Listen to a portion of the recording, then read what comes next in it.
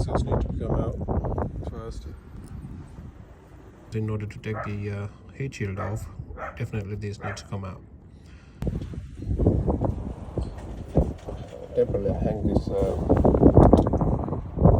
exhaust here with a 213 volts. Managed to take the exhaust down, and the center bearing completely gone. I don't think the flex disc is the problem, only the center bearing.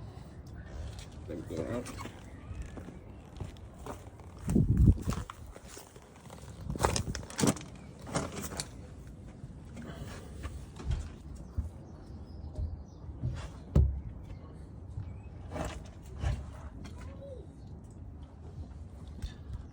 This is a problem.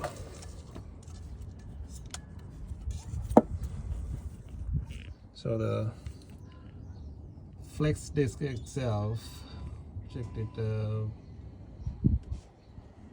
I changed it in November, so it's in good condition, no cracks. Alright, managed to take the driveshaft out, and you can see my JB is not that perished. I mean, I changed it a few months back, November. Now it's April, so I don't think I have to change this. In order to take this off the drive shaft, I had to take the gearbox mount.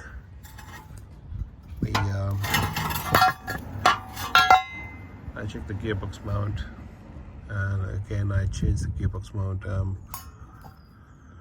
I don't see that's necessary to change my gearbox mount, and eventually I will have to address this oil leak. You can see it's quite moist underneath my gearbox. So wasn't the easiest job. I didn't know that I have to take the gearbox mount, so I was struggling to reach from the behind the donut here, but it isn't easy. Best bit is take the gearbox mount down. It's a 6 bolts, 13 mil gearbox mount are there. The nuts 6 each side and the middle one. Take it out, easy to access. And here I tried to take it off, but the rear differential bit, but you don't have to. Put a mark here and take your drive shaft off and change your mount. It's right here. Then put them back together. Hey guys, managed to fix the problem. That was only the issue with the center bearing. Center bearing, you might have seen in the previous shots. It was completely perished. There's nothing to absorb the pressure. That rubber mount is completely perished. So this is how the difference. Hope you can hear. In my first video you might hear the sound when I'm pulling. It's a 25-30 miles per hour. It's a RPM below 2. Always get the judder. It's been like months, and I didn't have time to do anything. Finally got time yesterday and today. It's, to be honest, it's not the baddest job. It's the first thing is you need to lift it up more than 2 feet, or at least 1.5 feet from the ground to crawl yourself in. and the exhaust needs to be come down completely. Needs to come out from the there's close to the flexi joint. You have that the connection. So from that connection, take it off, and that's the exhaust come out. After that, heat shield, if you have one underneath, take the heat shield down, then you can see everything. But I did some mistakes trying to take off the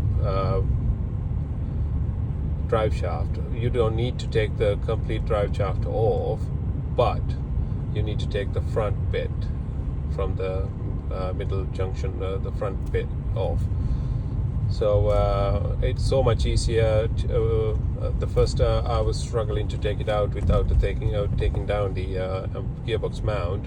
Then I realized I must have taken the gearbox mount, give the support from the jack to the gearbox itself, and I take the mount out, then access to the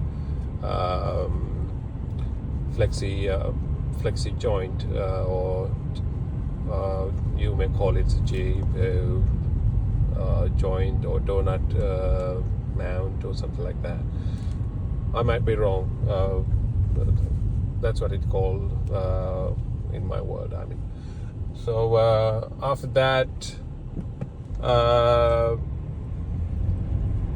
the front bit of the front closest part to the gearbox mount from the drive shaft needs to come out, and take the center bearing out and put the new one in, and just pretty much reverse the process and put everything back on. And this is the result after yesterday. I spent about 2 to 3 hours with the car, and I didn't have the 18mm ratchet, so I had to wait until this morning to find that.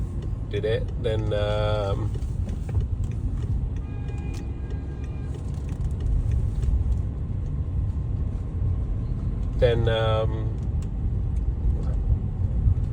today I start about 12 o'clock.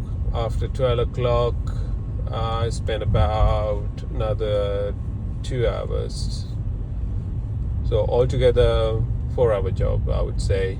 If it's a professional, I might say 1.5 hour job or 1 hour job if you can lift it up in the air. So this is about it. I don't have much things to say about the matter. So